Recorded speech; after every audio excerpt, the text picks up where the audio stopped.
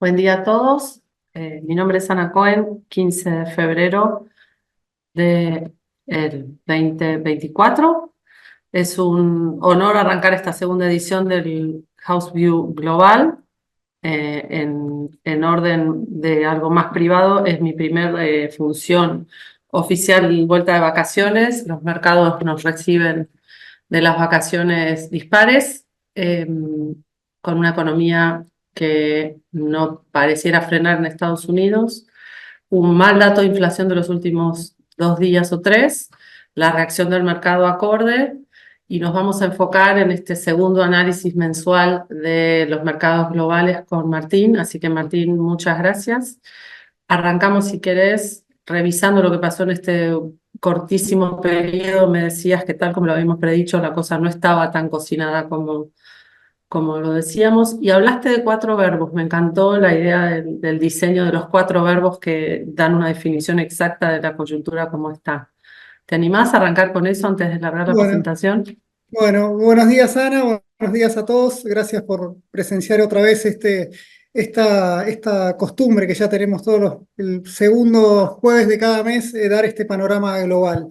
Como vos bien marcás, Ana, un poco a la hora de empezar a resumir todo lo que pasa en este mundo tan volátil, con tanta información, un poco la forma de resumirlo, si tenemos que hablar de 4 verbos. El primero es el aflojar, ¿no? Aflojarlos, lo ponemos en esta economía americana que no parece dar señales de moderación. Recordá que el mes pasado habíamos hablado de las perspectivas para este 2024, en el cual todos los pronósticos iban mejorando respecto a lo que venían diciendo anteriormente. Bueno, los datos fueron validando eso y por eso decimos que no afloja. El segundo concepto que vamos a ver es la resistencia, esta inflación que el mercado un poco lo da por ganada, esta batalla que si bien no es que retrocedió mucho, pero sí marca esta resistencia, y el verbo que acompaña, que sigue a esta resistencia es el esperar de la Fed. ¿Por qué la Fed decide no mover la tasa y está en una situación un poco más incómoda, ¿no? Porque no solamente hay que ver si la inflación baja, sino los riesgos que tiene una economía que de tanto que no afloja puede estar sobrecalentada, ¿no? Entonces va a ser otro de los conceptos que vamos a ver.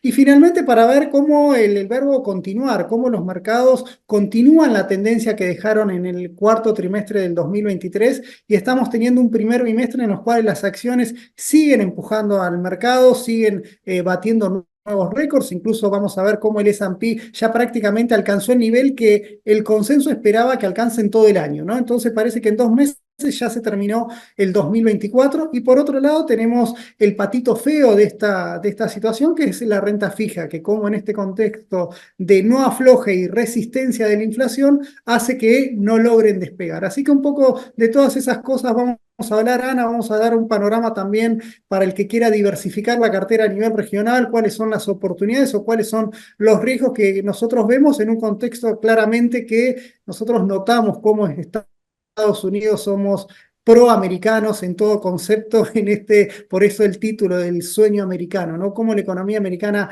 alcanza siempre siempre supera las expectativas para bien. Obviamente siempre va a haber contextos de volatilidad, pero a nivel global podemos ver que es la gran estrella para los mercados. Totalmente.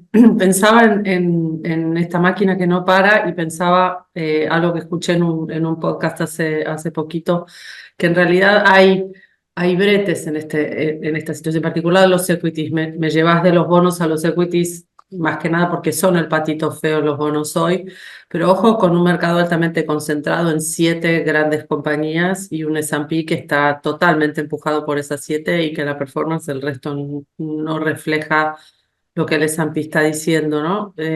Lo digo con un gran caveat, porque hoy justamente estamos hablando en este podcast se está hablando de los 7 samuráis, que me pareció una buena referencia. Son los 7 samuráis que llevaron adelante una batalla bravísima contra lo que se creía que iba a ser una recesión que nunca vino, pero que tienen un peso en los hombros difícil de sostener. Sí, Eh, ahí Ana, vamos a ver también, que también es debatible, obviamente, que también la concentración del S&P tiene su costado negativo, que es justamente estar concentrado en pocas empresas, y por otro lado el factor positivo, que teniendo 5 empresas, 5 o 6 empresas que siguen empujando, uno se asegura una rentabilidad en su cartera sin hacer nada. Definitivamente. Entonces, Dios te da, Dios te quita, simplemente tenemos que tener cuidado cuando es el momento de decir, bueno, hasta acá llegamos, pasamos a lo defensivo o una estrategia mucho más conservadora.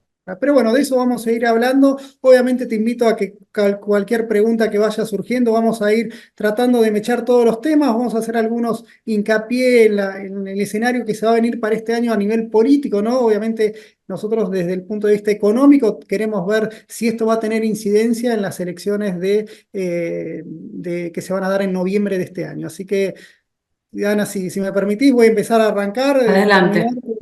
Y bueno, como siempre, cualquier consulta, bienvenidas y más que contento de poder responderla. Entonces, Estás no sé si... acostumbrado a mis interrupciones, así que No, imagino para que nada. Así que no te van a bienvenidas. molestar. Así que quiere decir que no se durmieron. Así que más allá de que no se duerman, arrancamos con el sueño americano, que es un poco esta impronta que le quiero poner, que cada vez que analizo los datos de la economía de Estados Unidos, últimamente en el último año, la verdad que han sorprendido y me han sorprendido gratamente, ¿no? Acá vemos los datos de algo que ya veníamos adelantando, como siempre insisto, yo cuando hablamos de las proyecciones de corto plazo, nos basamos en el avance de la ciencia económica, que son estos modelos de Naucas que utilizan las propias Fed. En este caso usamos mucho la Fed de Atlanta y la Fed de Cleveland como el marco conceptual, o por lo menos los que nos guíen lo que nos puede estar pasando en un margen, mientras que el mercado un poco seguía más en sus modelos más clásicos. Así que acá creo que es una cuestión de que la ciencia mejoró en su capacidad predictiva, al menos en el corto plazo. Y así lo vimos con lo que pasó en el cuarto trimestre del año pasado, la primera estimación del PBI. Recuerden, Ana, que se hacen 3 revisiones del PBI del trimestre siguiente. Vamos por la primera, la próxima la vamos a tener ahora a fines de febrero, pero lo que marcó esta primera estimación es que la economía en el cuarto trimestre creció a un ritmo del 3,3%. Recuerden, como siempre digo, este es 3,3% respecto al tercer trimestre y anualizado. Tengan cuidado con esas, siempre milito estas cuestiones conceptuales porque Europa lo mide de manera diferente. Los únicos que lo miden de manera anualizada son Estados Unidos y Japón. Digo, para que después no se asusten si otra economía crece al 0,3%, bueno, no es que está tanto por encima de Estados Unidos. Pero bueno, dicha ese pie de página, bueno, lo que podemos ver de lo que nos dejó el cuarto trimestre son dos componentes muy importantes de este crecimiento, que es, por un lado, el consumo. Fíjate cómo subió un 2,8% y le aportó casi 2 puntos al crecimiento del trimestre. Después, por otro lado, tenemos las exportaciones. La verdad, Estados Unidos está teniendo no te digo un salto exportador, pero una muy buena performance de las exportaciones. Obviamente acá entra el sector energético a jugar, y también entra la situación en Europa, ¿no? Como Estados Unidos está siendo cada vez más un proveedor más importante de energía para Europa. Bueno, eso se refleja también en los datos de exportaciones. Y también tenemos acá el dato del gasto público, ¿no? O el consumo, la expansión a través del mayor aporte del sector público a la economía. Fíjate que creció un 3,3% y le agregó otro 0,6%. Y también la inversión, perdón, también la inversión, que más allá de que le aportó menos al crecimiento, también está teniendo una tasa de crecimiento bastante interesante, que lo decimos interesante no porque sea del 1,7%, sino que lo hace en un contexto en el cual las tasas de interés subieron mucho, ¿no? Siempre el principal componente que se ve afectado ante la suba de las tasas de interés, el más rápido, es la inversión. Y acá lo que vemos es esta particularidad que está teniendo este ciclo, en el cual la inversión está haciendo un poco, no está reaccionando a lo que la Fed hubiese esperado en cuanto a al enfriamiento, ¿no? Es la primera víctima de la suba de tasas, y esta víctima, la verdad, le está sacando muy barata, y de ahí empiezan un poco nuestras sorpresas en cuanto al crecimiento. Teniendo el dato del cuarto trimestre, podemos cerrar el 2023, en el cual le hizo un garrotazo a todas las expectativas. Fíjate que el año pasado la economía se habría expandido un 2,5% contra un 1,9%. Así que acá tenemos que decir dos cosas. No solo la economía no entró en recesión, no solo no se desaceleró, sino que aceleró su ritmo de crecimiento, ¿no? Entonces, ahí gran parte es el pifie del mercado o de los analistas a la hora de estimar cuál era la verdadera salud de la economía americana. Y cuando vemos, incluso si le sacamos los inventarios, el crecimiento fue más fuerte, casi un 2,8%, fíjate, casi más del doble de lo que creció en 2022. La verdad, un dato muy importante, muy sorprendente. Y cuando vemos acá, empezamos a achurarlo al número y ver qué es lo que generó esta aceleración en el crecimiento.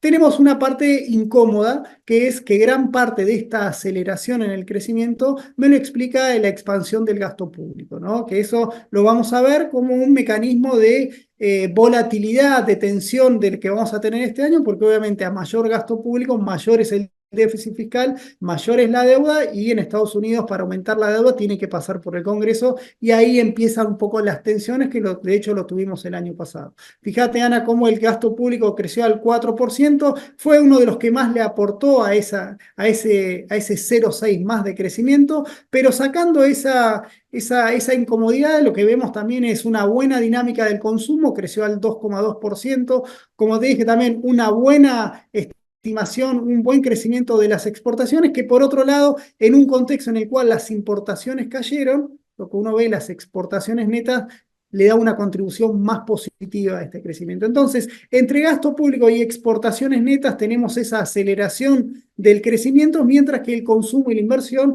están teniendo una dinámica bastante aceptable. Ahí sí se ve, fíjate, Ana, cómo la inversión del 1,3 al 0,5, por eso es importante a veces no solo ver la foto, sino también ver la película. Fíjate que ahí sí vemos que la inversión se sintió golpeada por el aumento de tasas de interés, creció mucho menos. Lo que pasa es que, bueno, cuando nosotros le contamos las costillas trimestre a trimestre, uno pierde dónde está, cuál es la película, pero fíjate cómo el consumo y la inversión sí respetaron el soft landing. Hubo una moderación leve, pero moderación al fin, mientras que lo que no contabilizó el consenso o el mercado fue los demás aportes del PBI, que son las exportaciones y el gasto público. Por eso es cuando uno hace las estimaciones la dificultad de ser consistente, ¿no? Y no solamente quedarse con una parte de la película que le conviene, ¿no? El PBI es todo y por eso hay que analizarlo de esa manera. Otra de las componentes, escuchamos muchas veces esta frase en Argentina, ¿no? Nada más expansivo como bajar la inflación, ¿no? Y acá cuando lo empezamos a ver, vemos cómo este indicador de precios, que es el deflactor del PBI, y acá tenemos todos los precios de la economía metidos. Fíjate cómo desaceleró, es cierto, cómo desaceleró fuerte los precios de crecer al 7,7%. Fíjate cómo la economía lo sentía porque crecía al 1,9%. Fíjate cómo ahí la causalidad, pues si bien la correlación no es lo mismo que la causalidad, y sí hay una causalidad que a medida que baja la inflación, el crecimiento tiene más olorcito a que suba, a que baje. Entonces esa es la ventaja, por eso todos los países quieren bajar la inflación. Acá está un poco la clave de esto. Lo pongo ahí también en el PBI nominal, Ana, porque después vamos a ver los balances de las empresas. Y es importante también el mercado ver que si tenemos inflación a la baja, tenemos que tener un crecimiento alto para que me sostenga ese crecimiento del PBI nominal, ¿no? Si vamos a un escenario, fíjate que un escenario en que baje la inflación abruptamente y el crecimiento no acompañe, vamos a tener un PBI nominal que crezca mucho menos, y por lo tanto de ahí las ganancias y las ventas de las empresas seguramente eso lo sufran.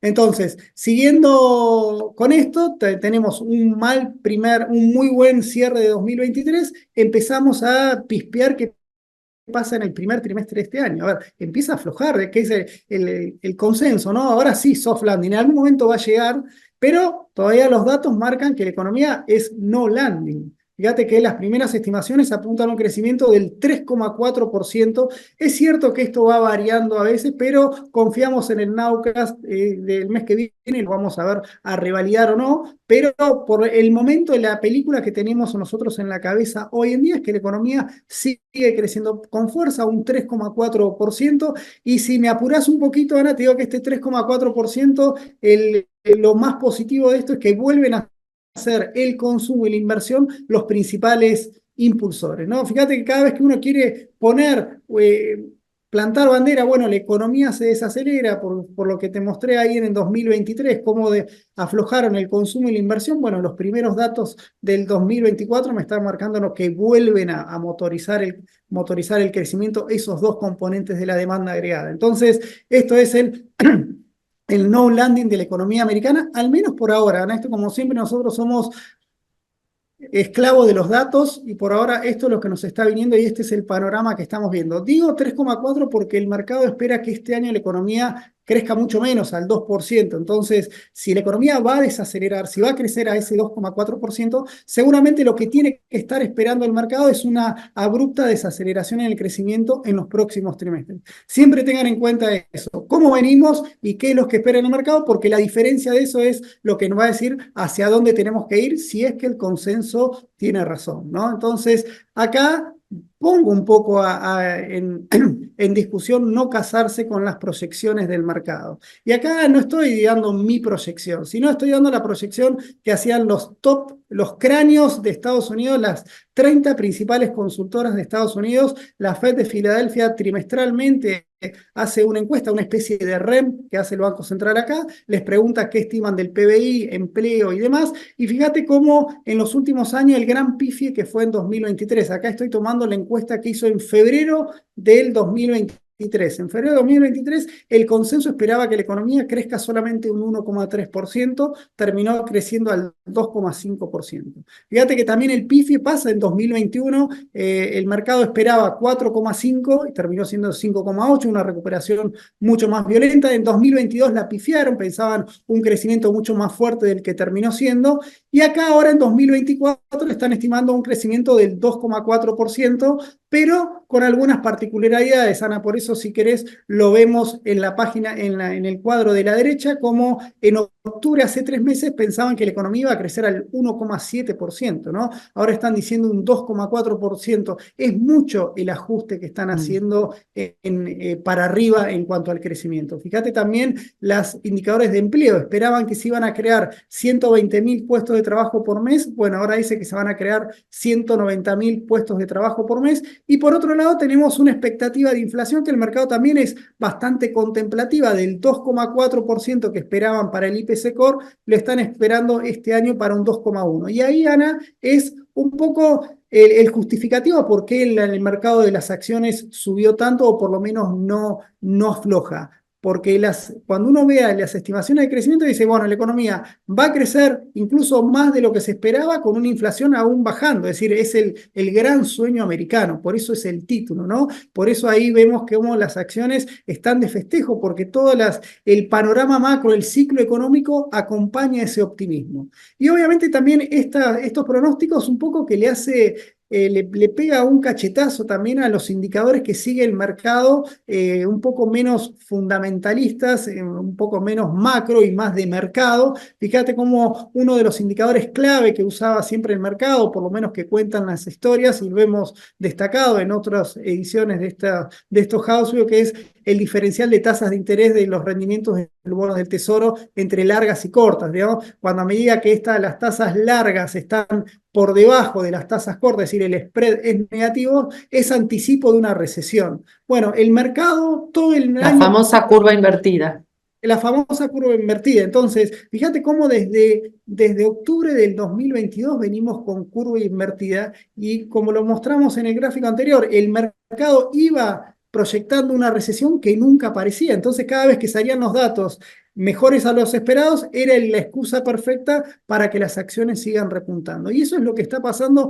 Al menos este dato está, por ejemplo, para que no diga, lo digo yo, esto lo dice la Fed de New York, que hace su propio indicador de probabilidad de recesión, y todo el año pasado le daba una alta probabilidad de recesión en los próximos 12 meses. Bueno, hoy por hoy este cuadro lo tenemos que poner a un costadito, no lo usamos porque la verdad que no se estaría cumpliendo. Es cierto que fueron pocas las veces que este indicador falló, pero bueno, dentro de las probabilidades, bueno, nos tocó la mala suerte de que no nos anticipó nada, ¿no? Al menos por ahora, este indicador nos está dejando a pata a la hora de estimar cuál va a ser la performance de la economía americana. Al menos así pasó el año pasado, menos mal que no lo seguimos, si no nos hubiésemos perdido las ganancias de las acciones, ¿no?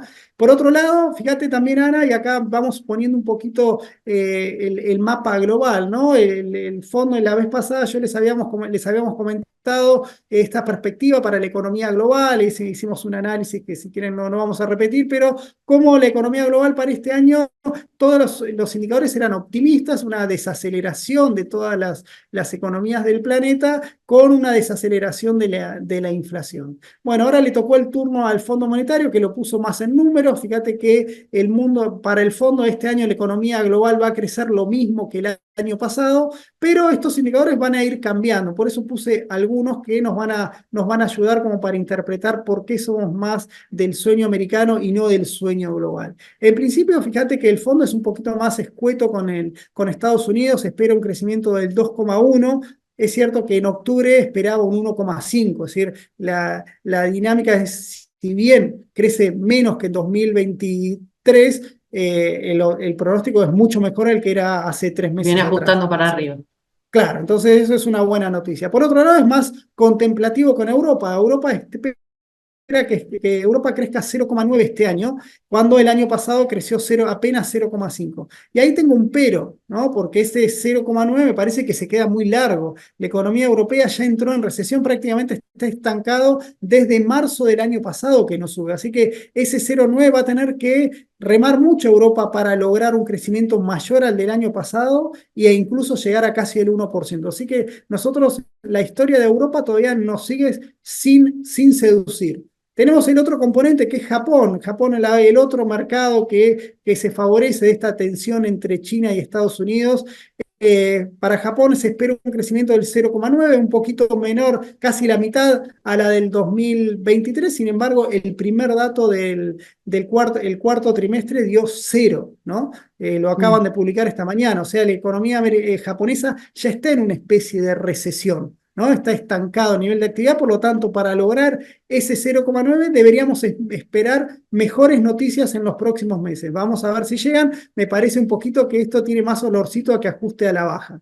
Por otro lado, tenemos nuestra gran, ¿cómo decirlo? Desilusión, o por lo menos cómo China dejó de ser China, ¿no? Fíjate cómo esas tasas del 9%, bueno, tenemos que irnos muy atrás para estar, nos acostumbramos a ver Tenemos eso. la mitad de las tasas chinas, la mitad ahora de las La tasas mitad, chinas. también es cierto que la economía china creció mucho en esos años, por lo tanto, el aporte al crecimiento global tampoco es que cambió tanto, pero sí es cierto que la economía se está desacelerando. El año pasado creció al 5,2%, un repunte respecto al mal 2022. Recuerden que ellos también seguían con las pandemias, ¿cómo se llama? Me olvidé el nombre, ¿cómo decía? El Cuando famoso reopening trade, el sí, famoso reopening trade que nunca, COVID ¿cómo se cero, llama? ¿no? Sí, cuando nos dejaban encerrados en casa, bueno, La se me fue el cuarentena. la cuarentena. Ellos tenían las cuarentenas ahí móviles. Bueno, eso se golpeó el crecimiento en 2022. Obviamente en 2023 la tuvo un poco más fácil para crecer porque obviamente partía de una base mucho más favorable. Y bueno, las perspectivas es para que en 2024 la economía afloje al 4,6%. Por otro lado, tenemos India, que pasa a ser la China de hace 10 años, el principal motor de la economía global. Fíjate, prácticamente no desacelera su crecimiento y al mismo tiempo, chusmeando un poquito en la región, vemos cómo la región se va a desacelerar y fuerte este año, de un 3,1 en el caso de Brasil, que creció en 2023, para este año se espera un crecimiento mucho más modesto del 1,7. Entonces, en el margen lo que vemos es que todas las noticias, Estados Unidos se saca buenas notas en todos y el resto del mundo son más asteriscos que le tenemos que poner a cada una de las estimaciones y un poco con los dientes apretados, ¿no? Porque nos da la sensación de que estos pronósticos para el resto del mundo deberían ir empeorando a medida que corre el año.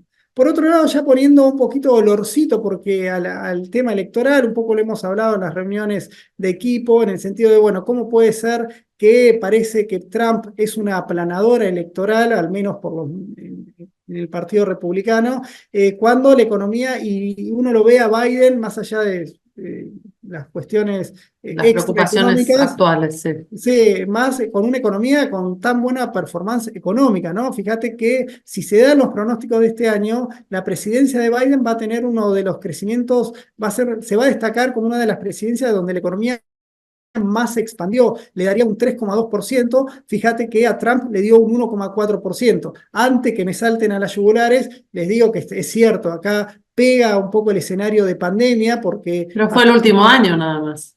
claro, lo que pasa Ni es que siquiera. tenemos que sacarlo a Trump, le tenemos que sacar el 2020, que fue cuando la economía cayó, y a Biden le tenemos que sacar el 2021 cuando la economía se El recuperó. Entonces, crecimiento. claro, sacando esos dos años particulares, bueno, tratamos de ser, bueno, Trump va a haber mostrado, hubiese crecido la economía un 2,6%, cuando a Biden le estaría dando un 2,3%. O sea que tampoco es que Trump puede jactarse mucho de que su economía fue mucho mejor a la de Biden, o por lo menos no le quitaría chances a Biden o a los demócratas en este contexto. Pero cuando empezamos a contar un poco digamos, empezamos un poco a analizarlo más profundamente, vemos que si bien los crecimientos entre 2017, en 3 años de Biden y 3 años de Trump sin pandemia, el crecimiento fue similar, ojo que los componentes no fueron todos lo mismo. Fíjate cómo la inversión fue lo más castigado en la era Biden, apenas un 0,9%, cuando con Trump venía subiendo a todo trapo, ¿no? Al 4,1%, ¿no?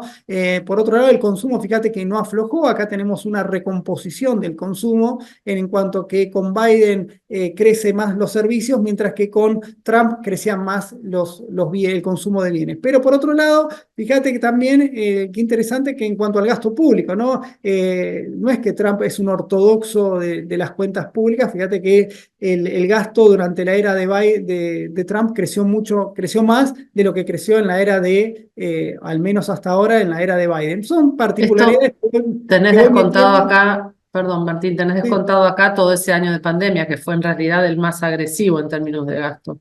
claro, Inclusive ahí, sacando eso, claro, acá lo eh, saqué porque me lo ensucia mucho, fueron números muy, fíjate claro. que en eso hago 2022 y 2023, veremos cómo terminan este año y tomo 2017 contra 2019, es decir, Con lo hay cual tres dejás años de... afuera todo ese paquete de estímulos e incluso así el gasto público de Trump fue más alto que el de Biden. Por ahora sí, al menos en los primeros tres, vamos a ver cómo termina Biden en 2024. Acá Claro. estamos comparando 3 años normales de Trump contra 2 años definitivos de Biden. Obviamente esto todavía vamos a ver cómo termina en Falta el plan 2024. platita electoral todo este año, ¿no? Veremos si puede, ¿no? No solamente es lo que quiere, sino lo que puede, ¿no? Pero Ujú. son particularidades para decir, con esto lo que quiero decir, Ana, que la elección en Estados Unidos yo no la daría por terminada. Va a haber mucha tela para cortar. Obviamente encima son dos partidos y siempre son muy parejos. Entonces, el escenario de volatilidad en cuanto a quién va a ganar las elecciones nos va a acompañar seguramente hasta la cuarta semana de noviembre, cuando se conozca quién va a ser el verdadero Ujú. ganador. Obviamente en el medio nos vamos a ir manejando con encuestas o la imagen que ellos lo miden minuto a minuto, pero bueno, es una particularidad que le querías mostrar a la hora de ver cuáles fueron los presidentes en los cuales gozaron de un crecimiento económico mucho más próspero. Fíjate cómo Clinton fue el gran ganador en este corto plazo, con una economía que crecía casi al 4% por año, ¿no? La verdad, Ujú. y cuando el crecimiento de Estados Unidos es, perdón, del 3,3% en promedio, fíjate ahí que sí se ve el soft landing, porque vamos a terminar, nos estamos conformando con la economía americana creciendo al 2,5%, ¿no? Eso es como que un poco para bajar la espuma si la economía americana no da señales de moderación. Bueno, viendo la película de largo plazo, bueno, es natural que la economía empiece a crecer un poquito menos. ¿Ok?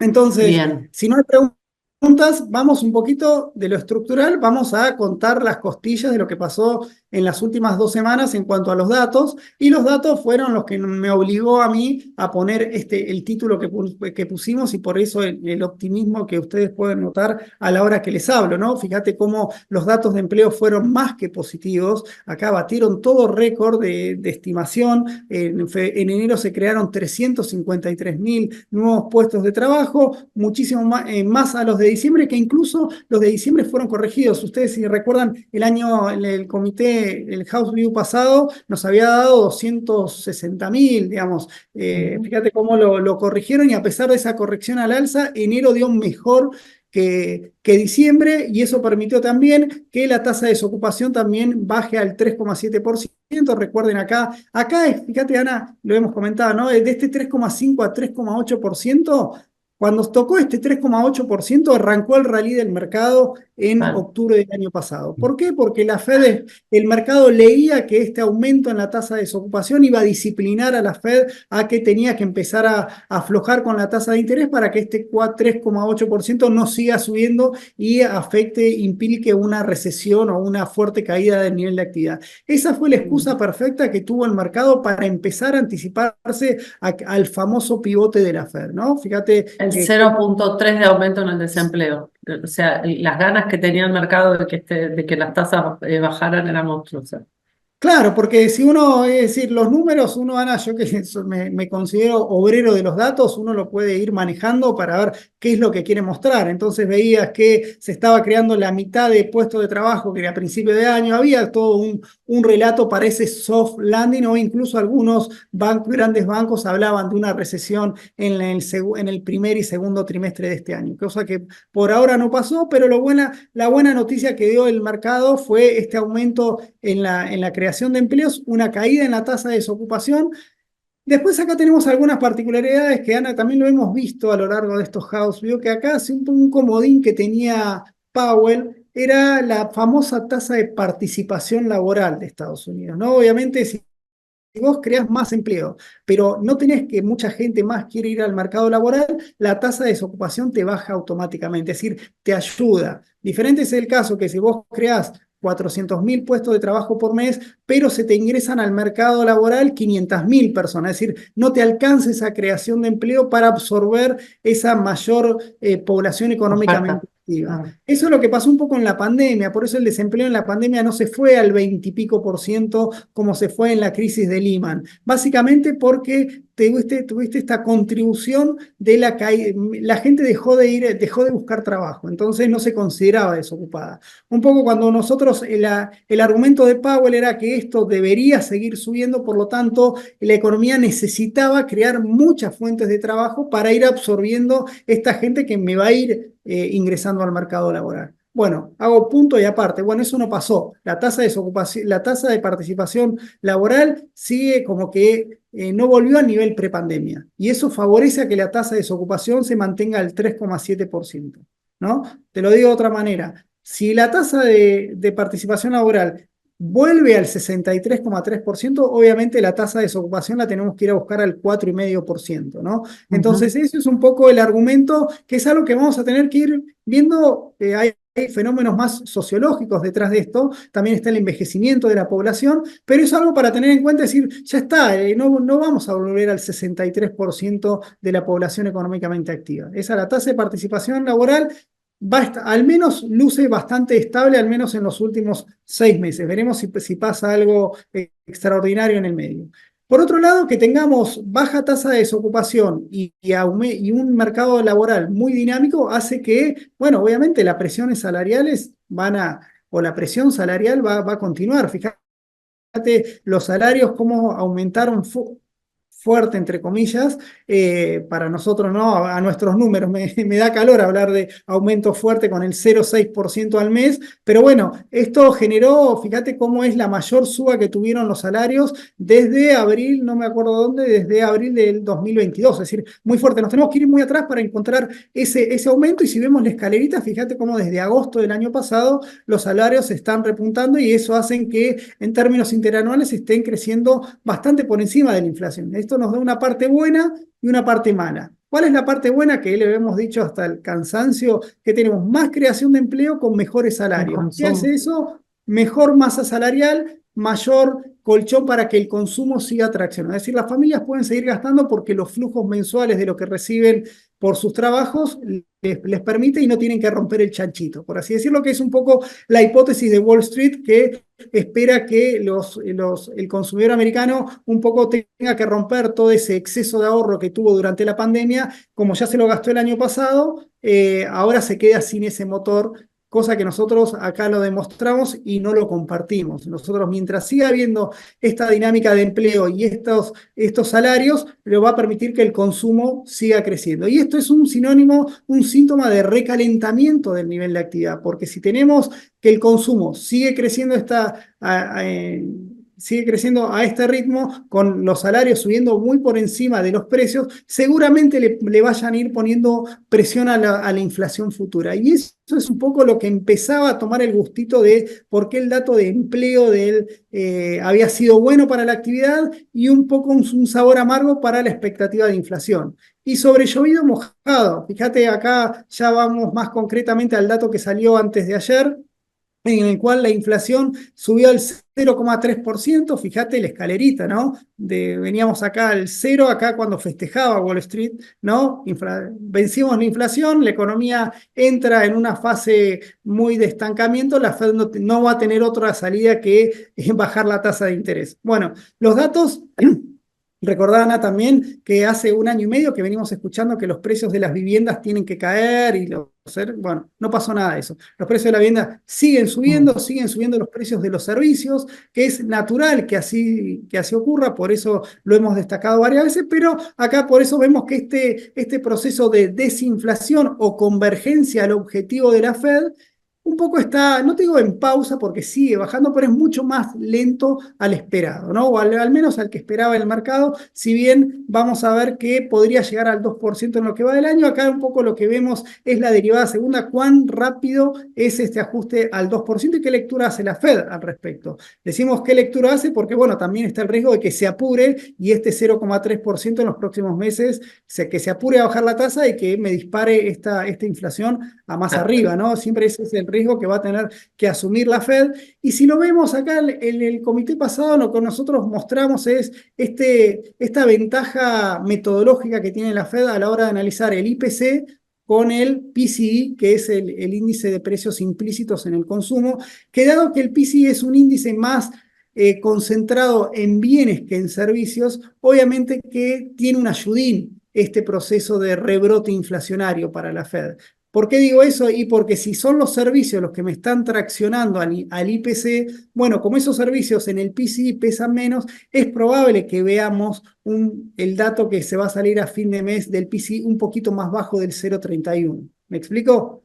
Porque obviamente Perfecto. viviendas pesa menos, entonces fíjate cómo durante todo el año pasado en el cual los servicios eran los que más traccionaban al índice de precios al consumidor, el PCI tomaba mucho menos, era mucho menor el impacto. Por eso también Wall Street festejaba aún más, porque tenía esa ventaja metodológica. Y fíjate también acá la core, acá veo cómo yo le mostré la escalerita que hizo el IPC general, pero fíjate que la core también se mandó esta escalera, fíjate, dio 0,4, fuerte, digamos, hacía rato que no veíamos esa suba. Vamos a ver hasta dónde le llega el amor al PCI, a ver cuánto de este 0,4 refleja. Probablemente sea menor por lo que dije, porque pesa menos servicio y sobre todo vivienda en particular. Así que, pero bueno, eso seguramente lo vamos a ver al alza. Esto le puede amortiguar un poco el mal humor que tuvo el mercado el martes, ¿no? Así que obviamente si da 0,5% por alguna otra recomposición del índice, obviamente vamos a estar en mayores problemas. Pero por la idea le querría poner un poquito de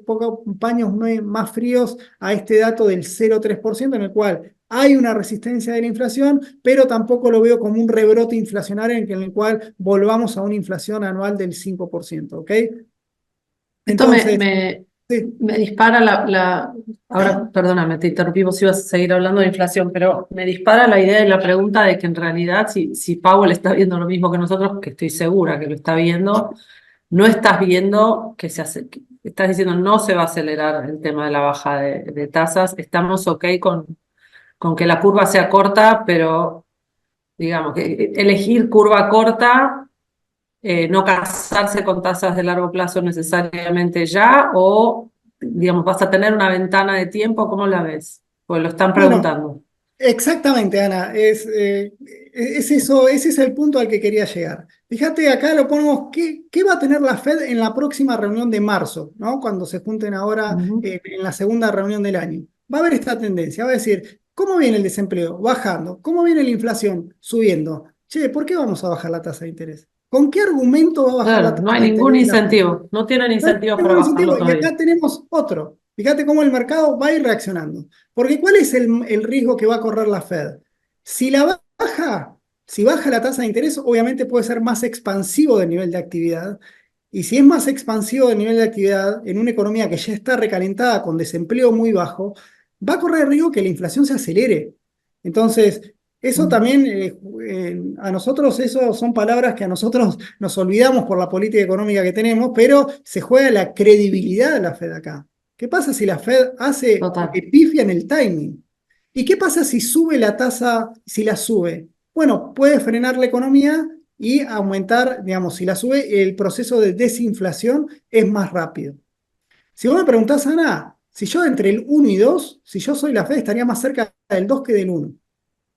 No Y tengo seguro. Pero el mercado ningún creo que leyó eso también. Digo, el mercado leyó eso, ¿qué pero no fue? se quiere convencer. Pero aparte, No, voy a decir, el mercado no hace lo que digo yo, va a hacer lo que va creciendo. Lo que nosotros estamos viendo es cómo se van disciplinando las expectativas cuando la realidad se va imponiendo, ¿no? Entonces, la Fed marcó este camino. Al menos hasta marzo, el dot plot de la Fed, ese famoso mapa de proyecciones, estimaba que le iba a bajar de 5,50 a 4,75. El mercado venía recontra positivo, esperaba que le iba a bajar 6 ujú. veces en lugar de 3 veces por debajo de 4. Bueno, con el dato del martes, el martes esto me subió a 4,4.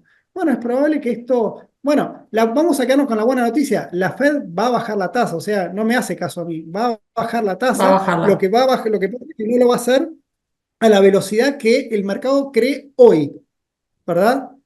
Entonces, ese es un poco el argumento. Si vos me preguntás a mí, yo creo que hasta el segundo semestre no debería bajar la tasa, salvo que tengamos unas sorpresas muy negativas con el nivel de actividad. Pero con esta macro, yo, si fuese ellos, yo no la tocaría.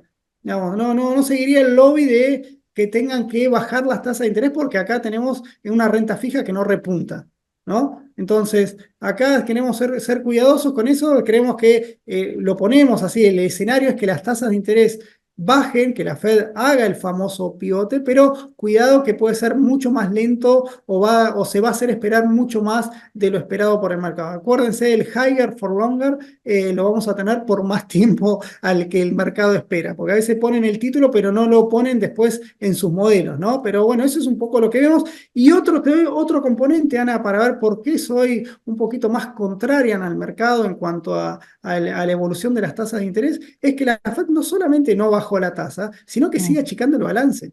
Sí, Digamos, la Fed sigue tratando de desprendiéndose de títulos públicos y desprendiéndose de cédulas hipotecarias. Todas esas cosas son más alcistas de las tasas de interés. En un contexto en el cual el mercado, el bono el tesoro tiene más déficit, tiene que salir a financiar, a cubrir su bache fiscal. Bueno, acá tenemos un socio que tuvo en los últimos años que cada vez le va a ir demandando menos, ¿no? Entonces, bien. eso es otro factor alcista para las tasas de interés. El mercado por ahora lo ve estable, por eso vemos las tasas de interés que tienen una alta volatilidad. Fíjate, Ana, cómo esto es lo que era en diciembre, perdón, esto es lo que era en septiembre del año pasado, Ujú. cómo bajaron, bajaron abruptamente hasta al 31 de diciembre del año pasado, pero desde entonces vienen repuntando. Ayer estaba en 4,28, bueno, ahora está en 4,20, aflojó un poquito, pero fíjate la volatilidad que tenemos acá, ¿no? Sí. Es cierto, no volvimos al 5%, pero está muy discutida la cosa. Yo sigo Ujú. militando lo que venimos diciendo, para mí las tasas de largo plazo siguen bajas. Por eso no veo condiciones de alargar duration, porque creo que tienen más gustito, más olorcito a que suban. ¿Por qué van a subir? Porque las tasas de corto no las veo bajando en el corto plazo. Por lo tanto, el proceso de normalización de curvas se va a tener que dar con las tasas de interés largas más altas. Ese es nuestro core de estrategias que lo venimos siguiendo desde el año pasado, que incluso desde mediados de 2022 venimos con esto. Obviamente el mercado se mueve con mucha más volatilidad, con mucho más confianza. Nosotros un poco nos mantenemos muy cautelosos con esa dinámica porque creemos todavía que hay espacio para subir, básicamente por estos muy buenos datos del nivel de actividad. Ya vamos hablando del mercado. El cuarto verbo que te había propuesto, Ana, era la continuidad del mercado. Cómo tuvimos un mercado, la continuidad con acciones que no aflojan como la actividad, pero bonos que no repuntan, ¿no? No tienen rumbo. Acá lo vemos en el gráfico, ¿no? Fíjate, si nos paramos respecto al 31 de diciembre del 2022, las acciones subieron un 30% y los bonos quedaron flat. No subieron para nada. Este es el índice agregado que tiene bonos del Tesoro y bonos corporativos de primera calidad. Fíjate, Bueno, no esto se varía. explica un poco con la falta de rumbo que vos hablabas de la tasa. Nadie tiene claro cuál es el panorama, nadie se está jugando por los bonos tampoco. Y es que tienen, digamos, cuando mejoran es porque habían comprimido bastante el spread, que spread de riesgo, pero después, digamos, es muy pesado, digamos, con las tasas. Claro, el mercado de renta fija se acostumbró a 10 años de tasas de interés muy bajas. Y ahora no había inflación. Bueno, hay que hacerse la idea de que están jugando en este baile, ¿no? Entonces, fíjate cómo a nosotros también, ojo, nos pegan las carteras, porque nosotros tenemos una tendencia más defensiva y a tener carteras más concentradas en bonos que en acciones. Nos da un poco de vértigo ser más eh, Bueno, el perfil de nuestro agresivos con inversor en carteras. general es un perfil conservador, digamos, ¿no? Claro, Atendés bueno, un y poco a eso las es necesidades de un inversor argentino, ¿no? La volatilidad la tiene en exactamente. otro lado el inversor argentino. Claro, pero viste, la película Elijo creer, bueno, si elegís creer y las acciones, te digo, es un mejor para el que busca rentabilidad. La verdad, las acciones en estos últimos años fueron el motor de la rentabilidad de las empresas, más allá de que con los bonos podían devengar esa tasa del 5 o 6% que pagan unos buenos cupones. Pero cuando lo vemos a nivel de cartera, vemos esta película. Cuando vemos, bueno, esto lo paso Ana porque no vamos a tener tiempo de verlo, pero esto es un poco qué bien están veniendo los balances de las empresas en este contexto en el cual la economía crece con baja inflación. Fíjate cómo los balances de las empresas al cuarto trimestre están viniendo con un repunte que crecen al 9,2% las ganancias. Es decir, no está habiendo digamos, se aplica la buena performance de la actividad económica al balance de las empresas. No están disociados, ¿no? Entonces, Lo estás viendo en las rentabilidades de claro, las ganancias. exactamente. Se está viendo, obviamente, si el mercado espera, ¿cuál es lo que espera el mercado? Si la economía cae, la inflación se desacelera mucho, este PBI nominal me va a bajar mucho y obviamente va a arrastrar al resto de las empresas y por ende a sus valuaciones. Por el momento, los datos del cuarto trimestre marcan que las ganancias crecen al 9,2%. Fíjense cómo se vienen acelerando. Acá un poco nos juega, le sacamos el sector energético y la ganancia es del 14%, ¿no? Así que es mejor aún. Después le vamos a hacer un trabajito de cómo vienen las ganancias de las empresas, de los sectores del S&P. Pero lo que quería destacar es que los balances que estamos ya culminando la temporada de balances están viniendo bien con sorpresas positivas tanto en ventas como en ganancias. Por otro lado, para ir un poquito más contándole las costillas en cuanto a las inversiones en renta fija, bueno, lamentablemente no tengo buenas noticias para ningún indicador de renta fija global, ¿no? Todos cayeron. Obviamente, fíjense cómo los de menor duration son los que menos fueron golpeados, porque fueron las tasas que menos subieron. Entonces, en este contexto, fíjate cómo los bonos de 3 meses cayeron un 0,4%, mientras que los de 7 y 10 años cayeron casi un 2,6%, y los bonos investment grade, que son un poquito de mayor duración, tuvieron una caída del 3%, ¿no? Casi el 3%, en contraposición a los high yield, que al ser de menor duration cayeron apenas 0,7%, ¿no? Entonces, esa es una particularidad que estamos viendo en el mercado de bonos. En el mercado de acciones, acá voy, Ana, un poco tu argumento. Vamos a ver si lo podemos un poco debatir, ¿no? Es cierto lo que comentaste de que, bueno, tenemos empresas de mega Los capitalización que siete están samuráis. los 7 samuráis, que, bueno, obviamente, fíjate, si tomamos las 50 principales empresas del S&P, en el último año subieron, vamos a poner un 50%, cuando el S&P subió un 30%. Bajamos y lo hacemos equiponderado, es decir, todas las empresas pesan lo mismo. Bueno, la suba del S&P fue de apenas Del el 12. 12%. ¿Es malo ese 12%? No, tampoco es No, tan malo. es mejor que el promedio anual del S&P en su historia. O Claro, o sea, sea, es mejor, e incluso fíjate este repunte que hicieron. ¿Cuál es la ventaja que tiene? Bueno, subite al S&P que te va a agarrar parte, ya te va a agarrar parte de los siete samuráis, ¿no? Ujú. Entonces, mientras los siete samuráis anden bien, no nos preocupemos. El problema es cuando si empiezan a venir muy flojos, porque así como te da, después te quitan. Si tenés siete empresas que vienen con resultados muy negativos, obviamente este 129 se me cae como un piano. ¿Me explico? A mí me gusta meter reflexión, a veces pseudo-intelectual. Más allá del mercado, hoy escuchaba que muchas de estas empresas, muchos de estos siete samuráis están considerados empresas de crecimiento cuando ya no lo son, más allá del valor de sus acciones en términos de lo que es su actividad comercial. Son empresas que ahora están empezando a distribuir dividendos, a hacer buybacks, a comportarse como una blue chip más que como una acción de crecimiento. Lo digo porque me parece una buena noticia de que la nueva economía, digamos, el mainstream está instalado, que ya es tecnológico y estamos viendo que Microsoft y alguna otra compañía como Google y como Meta, por ejemplo, se están comportando como blue chips.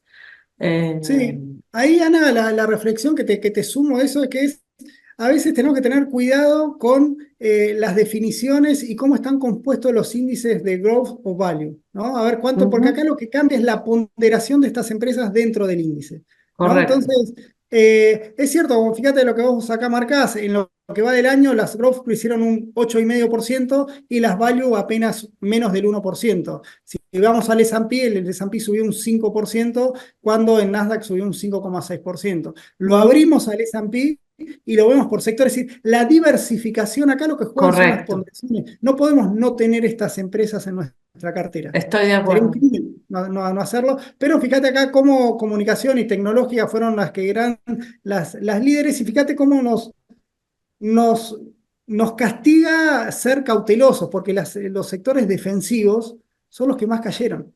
Fíjate Sí. cómo utilities, real estate, bueno, consumo, no nos traccionaron, ¿no? Ujú. Entonces, salud un poco viene un poquito mejor, pero la cartera defensiva no nos aportó mucho. O sea, No, me nos parece que es un precio castigó. que pagas por la diversificación igual. Me parece que en términos de lo que es de cara a un inversor o a un cliente que tenga esta preocupación y estas frustraciones, bueno, este es el precio que pagas por dormir tranquilo, ¿no?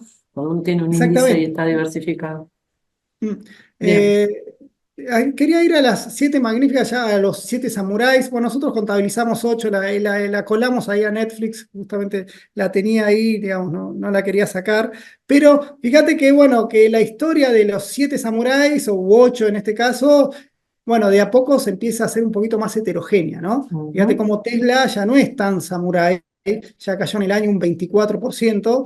Apple tampoco anda del todo bien, un 4,4%, mientras que después tenemos Nvidia, que voló, Meta o Facebook, que voló, Inet y Amazon, fíjate qué diferencia dentro del Ujú. consumo discrecional, ¿no? Esto está acá, perdón, ¿eh?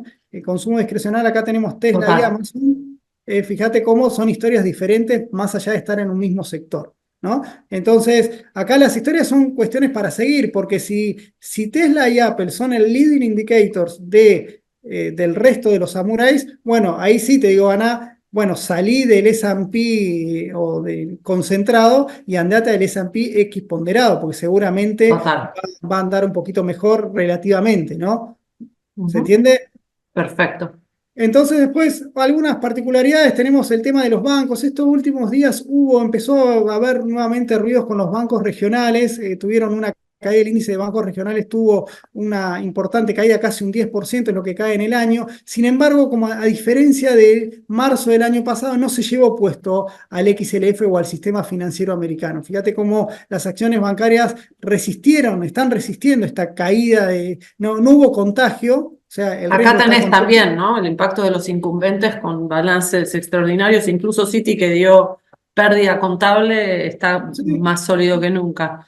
sí, fíjate, acá lo ponemos, porque dentro de lo que es el XLF tenemos lo que son aseguradoras, financieras, bancos comerciales, todo lo que es el universo financiero americano. Bueno, no todos cuentan las mismas historias, fíjate, las aseguradoras que hicieron casi un 7%, el XLF un 4%, los bancos tuvieron una leve caída del 2,3%, pero me impactan ahí los regionales. Si lo queremos ver con nombre y apellido, bueno, acá tenemos, Ujú. como vos bien marcaste, el Citi con una suba de lo que va del año casi el 5%, JP Morgan casi un 3,5% y el resto de los bancos bastante lateralizando, ¿no? Una caída del 1,5% en promedio, si me apurás, más o menos es lo que la historia que vienen contando. Así que acá un poco lo quería traer a colación como una buena noticia que a pesar de las malas noticias de los bancos regionales, no hubo efecto contagio sobre el resto de los sectores. Ahí Si nos estás viendo ponemos... también, perdón, una Sí, consolidación, ¿no? Balances tan sólidos y robustos como el de JP Morgan, que registra la rentabilidad más alta de su historia, y una concentración, incorporó bancos regionales que estuvieron en problemas, y el efecto que vos ves en su rentabilidad es ese también. Digo, es muy dispar ese mundo, es tremendo. claro, por Perdón. eso. Y bueno, y ahí tenemos de nuevo la ventaja de la diversificación del XLF, que uno lo puede invertir incluso a través de un Ujú. CDR, ¿no? Fíjate Sí, cómo uno lo puede ver que más allá de los sinsabores que nos traigan los bancos regionales, el índice se la viene aguantando bastante bien y sigue empujando o como que el S&P los arrastra al alza, ¿no? Entonces ujú. es otra buena alternativa de inversión. Digamos, para ganar un poquito más de rentabilidad, para salir un poquito más del que quiere salir de renta fija. Por otro lado, ¿Cómo si ves queremos... XLF, Martín, con una suba de tasas? Digo, con este contexto de tasas, no con la suba de Bueno, tasas, con la indefinición. bueno, acá los bancos tienen que ser, los balances de los bancos tuvieron una a favor y una en contra. Digamos, como la suba de tasas obviamente a los bancos los perjudica en el sentido de que el costo de fondeo es más caro. En un contexto que si los préstamos no suben mucho, obviamente la rentabilidad, el margen de tasas disminuye. Entonces, la buena noticia que tiene el sistema financiero es que con la economía creciendo el crédito debería repuntar. De hecho, las tarjetas de crédito siguen creciendo, ¿no? Entonces eso le da ese margen de tasas como para mantenerlo. Por otro lado, lo que sí hicieron los bancos el año pasado también es achicaron mucho su estructura de gastos. Entonces eso le permitió mejorar, a pesar de haber tenido menor margen de tasas, haber subido la rentabilidad a partir de la caída en el gasto. Entonces vamos a ver si eso lo mantienen para este año. Obviamente en este escenario ojo, acá tenemos dos factores. Primero, la suba de tasas si se va a dar. Nosotros estamos diciendo que la suba de tasas largas es la que se va a dar. La Fed seguramente las tasas cortas empiecen a bajar un poquito y eso le mejora un poquito el balance a los bancos porque el costo de fondeo de corto plazo va a ser menor. ¿Ok?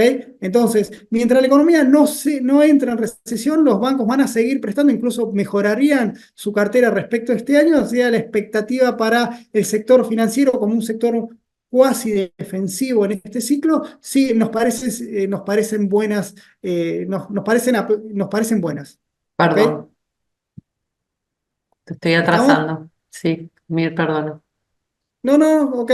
Y después, ya para terminar, dos pinceladas de una cuestión, el que quiere regionalizar o diversificar su cartera a nivel geográfico, bueno, como acá tenemos el mundo, Estados Unidos, como es el gran líder de los mercados. Fíjate cómo el mundo sin Estados Unidos crece al 23%. En las filminas pasadas te había pasado que Estados Unidos está al 30%, si tomamos al S&P, pero la historia es diferente. Recuerdo si vemos para emergentes, ¿no? Fíjate, emergente, mundo sin Estados Unidos crece al 11%.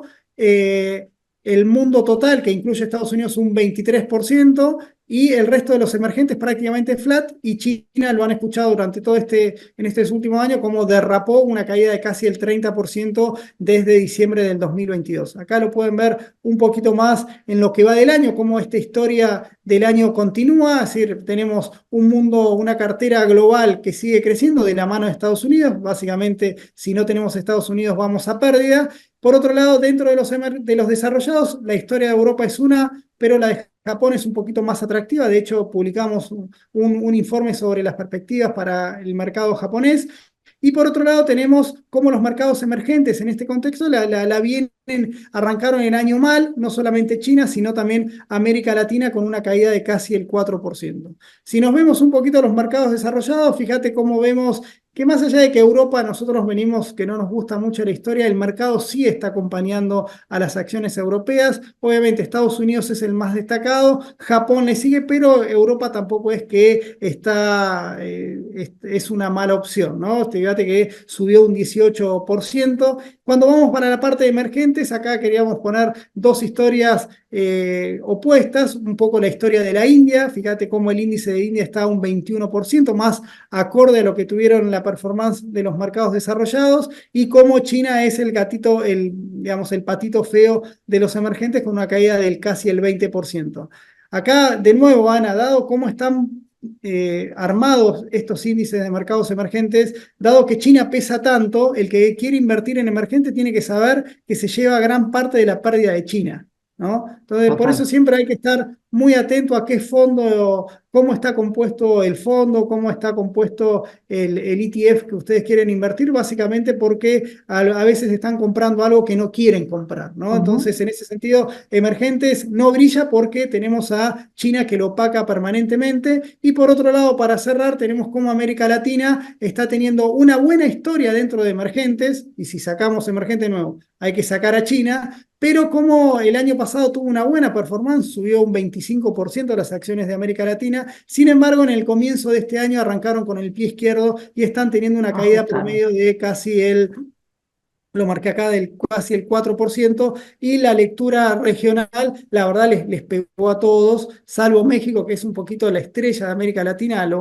Teníamos ahí, con esto terminó ahora, India, México y Japón son las historias de los derivados de la tensión entre Estados Unidos y El China, ¿no? Son los famoso, ahí estamos mercados. viendo en la rentabilidad de estos índices, estás viendo el friendshoring y el nearshoring del que venimos hablando. Es Exactamente. clarísimo.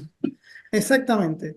Es ahí quiere hacer un trade o una estrategia más, es mucho más pesimista con esta tensión entre China y Estados Unidos, que seguramente nos va a acompañar no solamente este año, sino de por vida, ¿no? Estas tensiones entre las grandes potencias siempre van a estar, pero bueno, estos son los mercados que un poco toman las externalidades de esa tensión. En el caso de China, en el caso de India, fíjate cómo también Apple e incluso Tesla Ujú. están Están pensando en mudando. migrar producciones allá. Del otro lado está Japón. Siempre digo, ¿para qué complicarte con China si querés invertir en un asiático? Tenés Japón, que es una economía recontra abierta y tiene todas las bondades que le da un Estados Unidos que sigue creciendo. Obviamente demanda más importaciones de Asia y de Japón en particular, con un yen bastante depreciado, le da esa ventaja para que Japón, la bolsa de Japón, más allá de lo que les dije al principio, que es una economía en nivel de actividad se estancó, sigue Recesivo. siendo una buena perspectiva, básicamente por una cuestión más micro que macro, ¿verdad? Y en el resto de América Latina, bueno, la caída en los precios de los commodities que tenemos, con un dólar mucho más fortalecido, está golpeando a toda la región. En el caso de Brasil un 7%, Chile un 11%, y Argentina, más allá de vamos a hablar el house view que viene de Argentina, pero bueno, de acuerdo a este ETF, está teniendo una caída en dólares del 3,3%. Así que con Mm. esto, Ana, estoy abierto a preguntas. Me pasé un poquito, perdón, pero bueno. Culpa mía que te interrumpí tantas veces hoy. Pensé que No, iba a no, estar no, más inactiva y me entusiasmé. No tenemos estaremos. preguntas que no te haya pasado. La única reflexión que me queda hacer es, además del dato de inflación que recibimos malo, pero pareciera haber estado digerido en Estados Unidos, hay un dato de color respecto a lo que hablabas de los emergentes, en particular de México. México esta semana superó a China como el mayor exportador de bienes a Estados Unidos, bienes y servicios a Estados Unidos. Se viene una locomotora en el medio de América rara, porque tiene cuestiones políticas complicadas y tiene una situación narco complicada. Cada vez que yo hablo de México como una buena historia para contar, me hacen esas aclaraciones, pero el efecto está ahí, es clarísimo. México se está nutriendo de un contexto geopolítico del que en Latinoamérica, ex México, debería empezar a mirar también. Eh, Creo que Sí, esa va a ahí ser. Ana, como siempre, dejaba aclararte que uno ve los riesgos de macros, ¿no? Hay que ver cuánto de ese riesgo le llega al mercado, ¿no? Porque ahí hay más micro que macros. Así Claro, que, exactamente, justamente.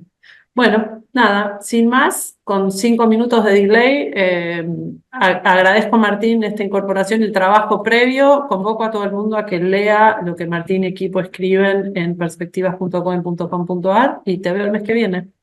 exactamente. Así que bueno, gracias. Nos vemos.